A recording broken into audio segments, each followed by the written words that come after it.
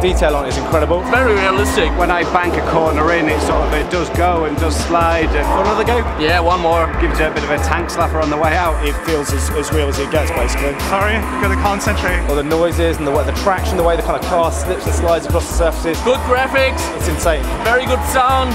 A realistic feeling. The most realistic game I've ever played, to be honest.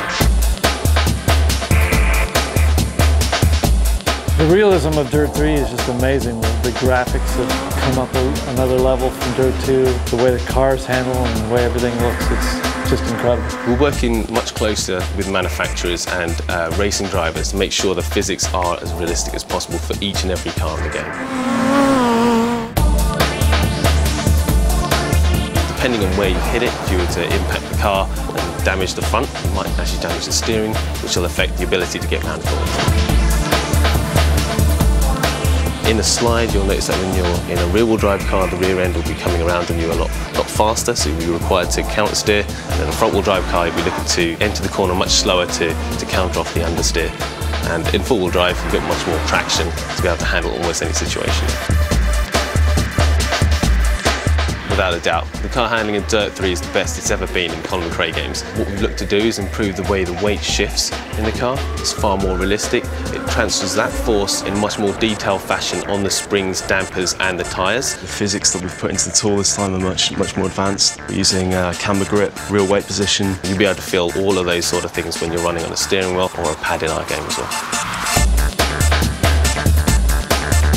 You get three tyre types in Dirt 3. You get your snow, your gravel and your tarmac, and then you'll have the option to adjust from there as well. So you can adjust things such as suspension stiffness, the differential stiffness, and your braking force or braking bias.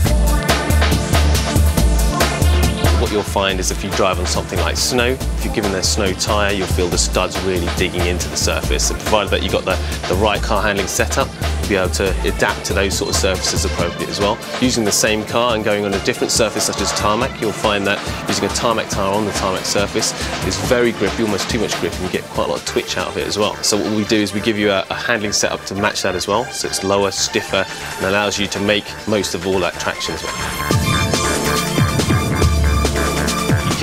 For Dirt 3, you'll be able to get tyre punctures, which are just slow punctures, and full tyre blowouts as well.